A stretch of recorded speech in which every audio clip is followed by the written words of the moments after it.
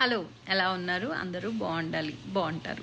యాక్చువల్గా ఇందాక చెప్పాలనుకున్న ఆ గ్రూప్ డిస్కషను, ఆ ఫ్రెండ్స్ మంచి వాళ్ళని ఎగ్జాక్ట్గా నా ఇంటెన్షన్ని నేను చెప్పలేకపోయానండి డ్యూ టు టైం లిమిట్.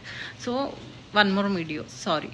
ఏంటంటే గ్రూప్లో అలా నెగిటివ్ డిస్కషన్స్ వచ్చి వాళ్ళని వదులుకోమని కాదండి. యాక్చువల్గా ఏంటంటే అలా వచ్చినా లేదా మీరు ఒంటరిగా ఉన్నప్పుడు మీరు ఏదైనా ఒక నెగిటివ్ థాట్, సపోజ్ మీకు ఇష్టమైన వ్యక్తి మిమ్మల్ని తిట్టారనుకుందాం, అబ్బా నన్ను ఎందుకు ఆ రోజు అలా తిట్టారు అనుకోగానే మీకు ఇంకో థాట్ వస్తుంది. ఇప్పుడే కాదు, లాస్ట్ టైం కూడా ఇంతే. నెక్స్ట్ టైం ఇంకో నెగిటివ్ థాట్ వస్తుంది. అప్పుడు కూడా కాదు, ఎప్పుడు ఏ తప్పు జరిగినా నన్నే వేళ్ళతో చూపిస్తారు, నా తప్పు లేకపోయినా.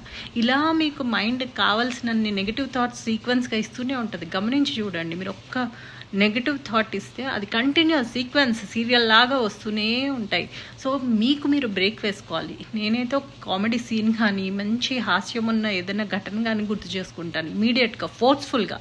మనకి ఎవరు హెల్ప్ చేయరు, మనమే చేసుకోవాలి. అలా చేసుకోగానే మీ మైండ్ షిఫ్ట్ అవుతుంది. ఓకే, దీని రిలవెంట్వి అనేసి అది సర్చ్ చేసి మీకు వెంటనే మళ్ళీ సీక్వెన్స్, అది కూడా అంతే సేమ్, బ్రెయిన్ పని ఒకటే. మనకి ఏమి ఆలోచిస్తున్నాం దాని సీక్వెన్స్ని తెచ్చి ఇవ్వటమే.